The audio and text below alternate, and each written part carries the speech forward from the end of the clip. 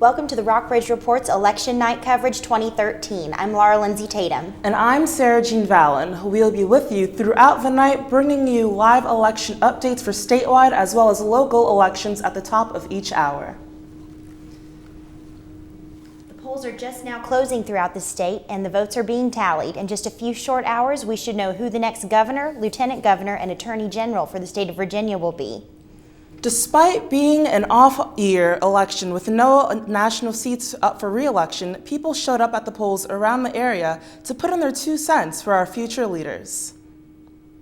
6 a.m., Lexington citizens have been voting at the Rockbridge Area Relief Association. Our reporter, Krista Huber, spoke with Lexington's Chief Election Officer, Susan Milo.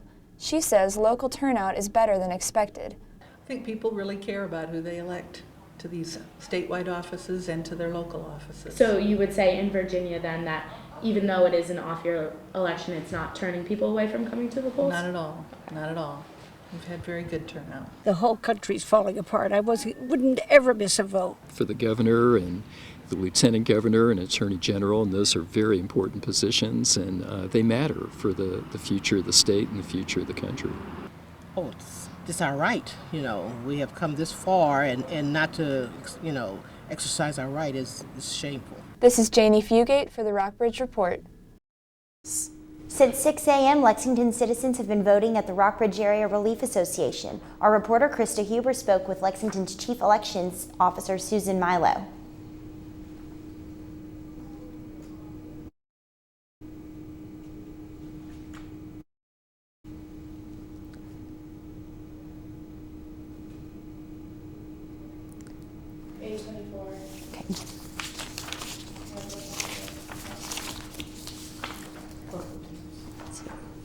Political leaders in Rockbridge County looked at historical trends to try to speculate on today's election results. Socially Attorney General versus the liberal former chairman of the Democratic National Committee. And despite the state slogan, there's no love lost. Ken Cuccinelli and Terry McAuliffe are symbols of a bigger fight over the new health care law. Tomorrow in Virginia is a referendum on Obamacare. And the conservative movement committed to its demise.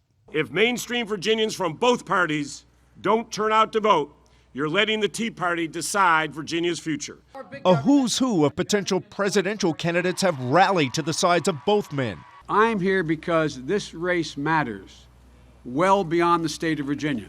A McAuliffe win could give old friend Hillary Clinton a leg up in 2016 in a pivotal swing state won by Obama. Hello, Virginia! Cuccinelli could prove to other contenders an extremely conservative pitch can't win over a purple state. One thing's for sure, if the Republicans can't win Virginia back, they are not going to win the White House back. This is Neil Haggerty reporting live from the Democratic Committee on Main Street in Lexington. Local Democrats are expecting a McAuliffe win.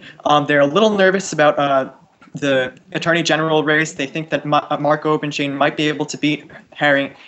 We'll be live to you with more results in the next hour. This is Neil Haggerty with the Rockbridge Report. Back to you. NFC, AFC, offensive linemen, defensive tackles, quarterbacks, and cornerbacks are all living united to ensure the academic success of millions of kids in our communities all the way to graduation day. But that won't happen without you.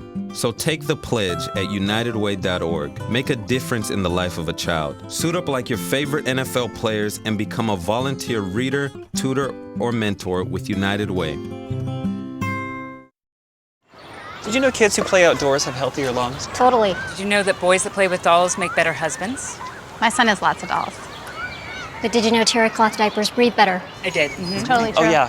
Did you guys know statistically friendly kids have more friends? Yeah. That's obvious. Did you know most people think they're using the right car seat for their kid, but they're not? Parents who really know it all know for sure that their child is in the right seat. Visit safercar.gov/the-right-seat to make sure your child is protected.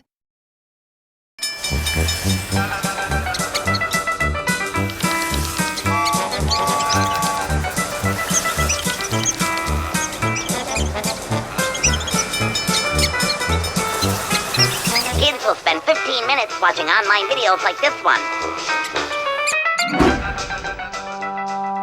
Brushing for 2 minutes now can save your child from severe tooth pain later. 2 minutes twice a day. They have the time. Ever wonder what makes us, the Smurfs, so happy? The forest, of course! This is where we, along with the beautiful forest creatures, make our home with beautiful plant life, clean water, and endless adventures. It's a place to celebrate. So discover the forest with your family today. Visit discovertheforest.org to find a forest near you. Welcome back to the Rockbridge Report. Joining us live on set is David Thomas. David is co-host of WR's political talk show, Voices from the Middle, and a politics student here at Washington and Lee. David, thanks for being here. Thank you for having me. National parties are watching today's election to see if a candidate with strong Tea Party backing like Ken Cuccinelli can win. What do you think this election could mean for the future of the Republican Party and the Tea Party? Right, so ultimately it depends on who wins. If Ken Cuccinelli wins, this will be a huge victory for the Tea Party. They'll see this as a push for a national movement to increase Tea Party involvement. But as we've seen with the polls, more than likely Terry McAuliffe will be winning, which means that this could limit the Tea Party's approach and power throughout the nation. Interesting. Now, low turnouts have been predicted for today's election. How do you think this could affect the results, and do you think negative campaigning has had anything to do with low turnouts? Right. So with low turnouts, typically that helps the Republican Party. Republican voters are typically older who will vote in every election. Higher turnouts, such as presidential elections last year, typically lean more towards Democratic wins. So a higher turnout in this election, which we've been seeing more, especially here in Rockbridge County, could lead towards a Democratic victory. As far as negative campaigning, I think that political opponents around the spectrum have definitely pointed to that as one of the #1 reasons for people just not being enthused to vote for either candidate. Although low turnouts have been predicted throughout the state, Rockbridge County voters have turned out more than expected. Why do you think this is, and how do you think it could affect results? Well, I definitely think this can affect results, but the two campaigns have done a great job at get out the vote drives in this past week. They know turnout is the #1 key to their victories, and Rockbridge County is a great example of an area where they've both been successful in doing this. It'll be very interesting to see which voters actually do turn out, though. We'll be watching for that throughout the evening. Thanks for joining us. Of course. Now, next we have Good evening. My name is Margaret Goldstein. I'm reporting from the Rockbridge Report. I'm here at Berkshire Steiner and Trustrom in Lexington with the Republican hopefuls. They're sitting down right now enjoying a great dinner. And we will continue around it again this evening with some interviews about the gubernatorial election. Are we on?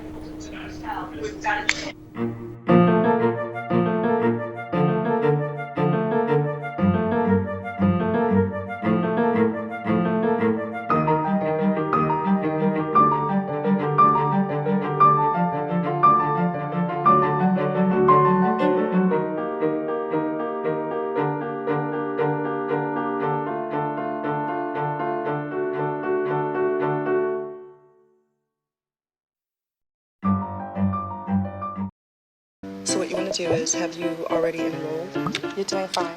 What did that just do? Select the drop-down menu again. Continue to site. You're already enrolled. Example here. So don't panic. You're ready to make your payment. Submit. There it is. Oh my God! I really can't believe it.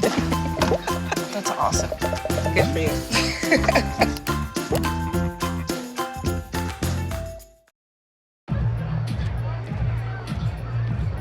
If you drive buzzed, it could cost you around $10,000. You'll face major legal fees, major fines, and steep insurance penalties. You could lose everything. Nothing kills a buzz like getting pulled over for buzz driving, because buzz driving is drunk driving. Don't look at me. Your hair's a bit frizzy today. Oh, you should pick that up. Oh, you're such a dork. Loser. Here, let me help you with that. Oops. Every day, kids witness bullying. Oh, look. Your crush is looking at you. Poor you. They want to help, but don't know how. See, no one here's gonna help you, because no one Teach your likes kids how to be more than a bystander. Visit stopbullying.gov. Current Rockbridge County Supervisors Rusty Ford and Buster Lewis face challengers today. Their opponents say the Board of Supervisors hasn't done enough to bring economic development to the county. Chris Green and Ben Swisher hope to beat Carrs Creek incumbent Ford. Rich Kopp ran against Walkers Creek incumbent Lewis. We'll have the latest results in these hard-fought races as soon as they're available. The Carrs Creek and South River District seats on the Rockbridge School Board were also up for grabs today. Tony McFadden and Laurie Strong are running for the Carrs Creek seat. Kevin Brooks and Jason Harris are running in the South River District. Those seats opened up as Ben Swisher left the school board to run for the Carrs Creek seat on the Board of Supervisors, and Warren Schmidt decided not to run for the South River District after being appointed to the seat when another member left the district. School consolidation has been a hot-button issue for all of the candidates leading up to today's election. The copious negative advertising in many uncontested elections were on the minds of Buena Vista voters. Reporter Neil Haggerty was on the ground with voters earlier today.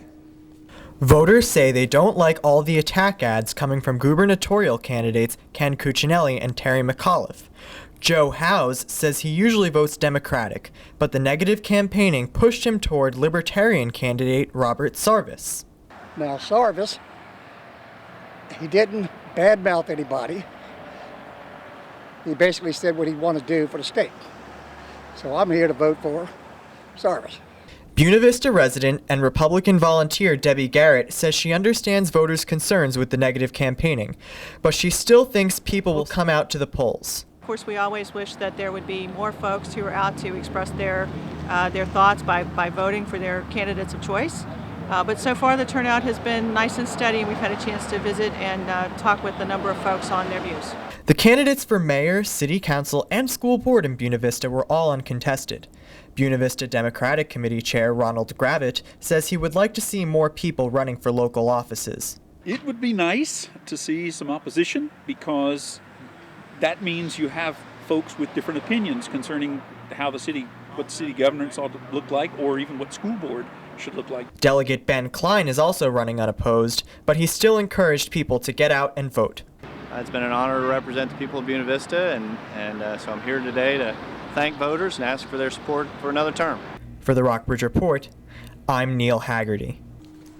Thanks for joining us on the Rockbridge Report. We'll be back at 8 o'clock for more election 2013 coverage. Be sure to follow us on our website, rockbridgereport.wlu.edu, and on Twitter at Rockbridge News for the most recent numbers. Catch us again at 8, 9, and 10 for election results, and stay tuned for our On the Record as our own Janie Fugate sat down with politics professor Mark Rush.